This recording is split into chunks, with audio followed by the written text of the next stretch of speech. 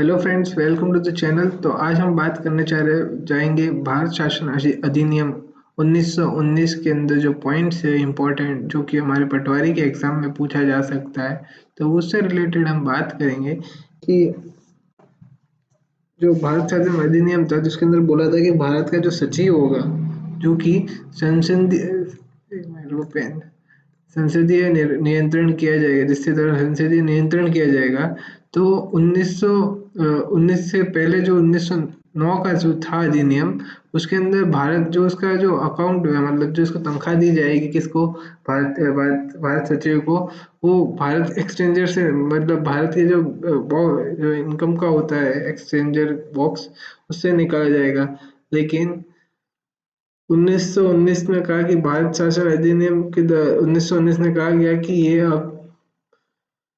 अब संसदीय नियंत्रण में आ गया है। तो अब ये सीधा अंग्रेजों के वहां से इसका पैसा कटना चाहिए, ठीक है। और दूसरा ये बोला था कि इस अधिनियम द्वारा केंद्रीय लोक सेवा आयोग का गठन किया जाएगा। इसके द्वारा भारत शासन अधिनियम के अंदर केंद्रीय लोक सेवा आयोग, मतलब हम यूपीएससी का गठन किया जाएगा भारत शासन अधिनियम 1919 के द्वारा, ठीक है। और 1935 के द्वारा फेडरल लोक सेवा आयोग का गठन किया जाएगा, ठीक है। तो एक ये दोनों का कॉन्ट्राडिक्टरी पॉइंट है, तो ऑप्शन में ये भी लग सकता था, ये याद रखना 1935 के द्वारा फेडरल लोक सेवा आयोग का गठन किया था, ठीक है। ठीक है, फिर तो इसमें ये बोला गया है कि जो 1923 में जो ली कमीशन था, उसका अध्यक्ष कौन था, रॉस बेकर, ठीक है। तो 1923 के में ली कमीशन जो था, उसमें ये बोला था कि केंद्रीय लोक सेवा आयोग गठन किया जाएगा 1926 के आधार पर। केंद्रीय लोक सेवा आयोग का गठन 1926 के अंदर का ये जो निर्माण किया जाएगा, क्योंकि ली कमीशन जो बोला था, ली कमीशन की सिफारिश के आधार पे केंद्रीय लोक सेवा आयोग का गठन किया गया था 1926 के अंदर, ठीक है। 1919 में ये कहा गया था, इस अधिनियम द्वारा केंद्रीय लोक सेवा आयोग का गठन किया जाएगा, ठीक है, किया गया, सॉरी, ठीक है। तो 1923 की सिफारिश लगी, तो 26 में यूपीएससी का ये गठन हो गया, ठीक है।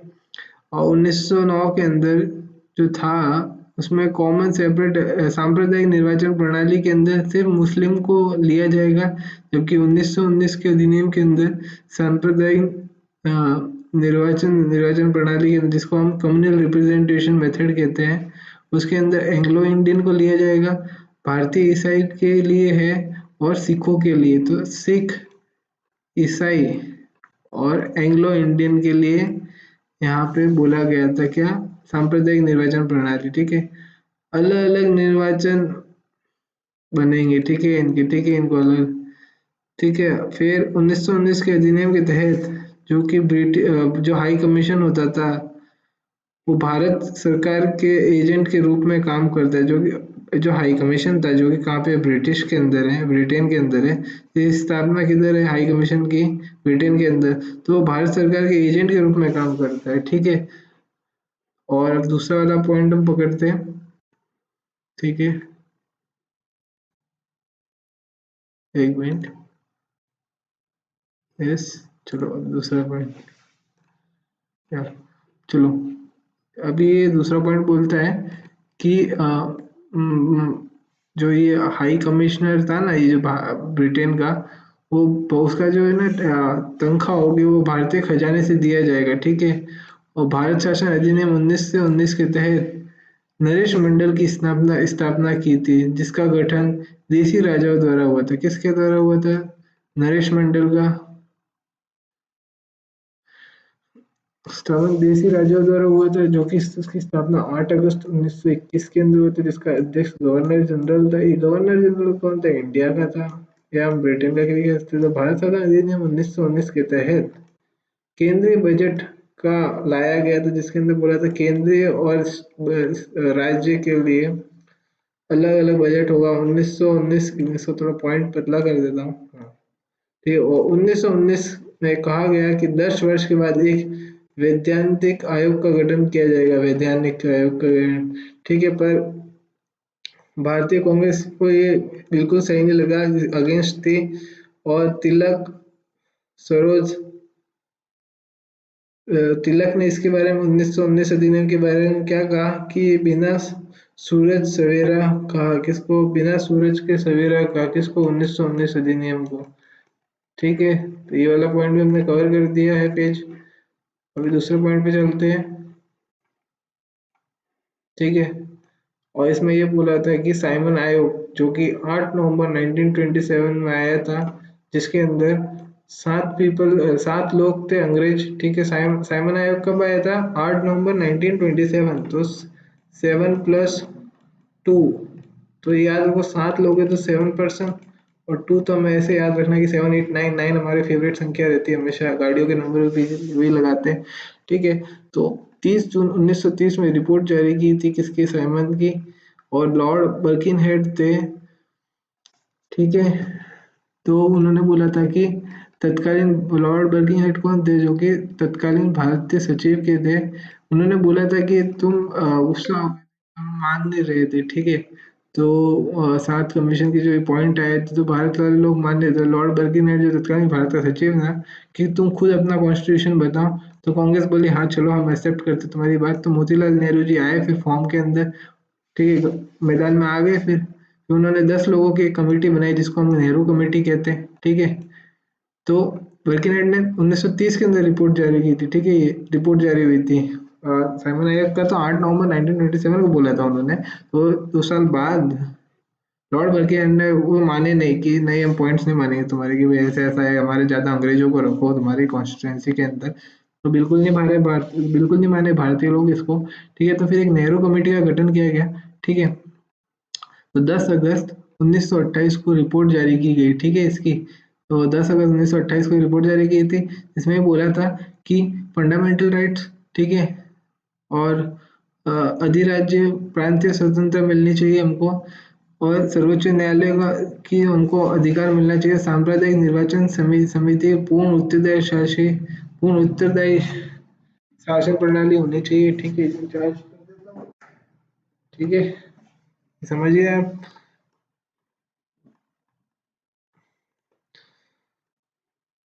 ठीक है, ये याद रखना कि फंडामेंटल राइट्स को इंक्लूड किया था। ठीक है, एक अधिराज्य गठन करने की बात की थी, प्रांतीय स्वतंत्रता की बात की गई थी, और पूर्ण उत्तरदायी शासन की बात की थी, सांप्रदायिक निर्वाचन समिति की बात की थी, सर्वोच्च न्यायालय मतलब सुप्रीम कोर्ट की बात की थी। ठीक है, तो जिन्ना जो थे मुस्लिम लीग के, उन्होंने 14 सूत्री मांगे रखी थी। ठीक है, कब? 1929 को, 29 मार्च को। तो राजनीतिक गतिविधियों को दूर करने के लिए ये जो हिंदू और ये जो मुस्लिम का जो ये चल रहा था, जो कि अंग्रेज बीच में था, इसके बीच में तो एक गोलमेज सम्मेलन किया गया कि वो जो पहला गोलमेज सम्मेलन कब किया गया था? 12 सितंबर 1930 के अंदर किया था। दूसरा कब किया था? 7 सितंबर 1931 के अंदर किया था। और ये जो कौन सा, ये 17 को किया था। तो 12 7 17 31 30 31 32। ठीक है, तो ऐसे याद रखो, 30 31 32, 12 7 17। ठीक है, 12 तो याद रहता था, 12 बज ही जाते हैं, गोलमेज सम्मेलन हमारे सबके कोई मीटिंग में जाते तो हमारे 12 तो बज ही जाते, तो 12 का याद रखो। सितंबर तो हमारा बारिश वाला मौसम रहता है, बारिश बहुत गिरती है इस समय, तो ऐसे याद रख लो आप। ठीक है, तो चले दूसरे पॉइंट पे। ठीक है, फिर चलते हैं। ठीक है, तो इसके साथ हम एंड करेंगे, ये हमारी आखिरी स्लाइड है आज की। तो एक मिनट रेड ले लूँ मैं थोड़ा। हाँ, चलो। तो पहला गोल सम्मेलन हो गया था 12 को, 7 को, और तीसरा कब हो गया था? 17 को। ठीक है, ठीक है, 32 को। ठीक है, तो इसके अंदर पहले सम्मेलन में ये बोला गया कि कांग्रेस का तो उधर कोई नहीं गया था। ठीक है, बोला था कि कांग्रेस का नो कोई नहीं गया था। ठीक है, और कांग्रेस का एकमात्र जो प्रतिनिधि किया था दूसरे सम्मेलन के अंदर जो थे गांधी जी। ठीक है, जो लौटे थे 28 दिसंबर को। ठीक है, सर जिन्होंने क्या बात रखी थी? संवैधानिक सुधारों के लिए गोलमेज के अंदर गए थे। ठीक है, फिर 46 लोग गए थे तीसरे सम्मेलन के अंदर। कितने? 4+6 कितने होते? 10। हमेशा ऐसे याद रखो, इसे 46 तो किसी को याद नहीं होता, 10 लोग मतलब समझ लो, 10 का गया तो कुछ पॉइंट समथिंग। ठीक है, तो ब्रिटिश संसद संसद के द्वारा 4 अगस्त 1935 को माननीय का साइन लगा था गवर्नमेंट ऑफ इंडिया एक्ट के 1935 का, ये जो बोले थे। ठीक है, तो आज के लिए हम इतना ही करते, कल हम कंटिन्यू करेंगे इसको। धन्यवाद। अगर चैनल अच्छा लगे सब्सक्राइब करो, लाइक भी करो, शेयर करो। Thank you.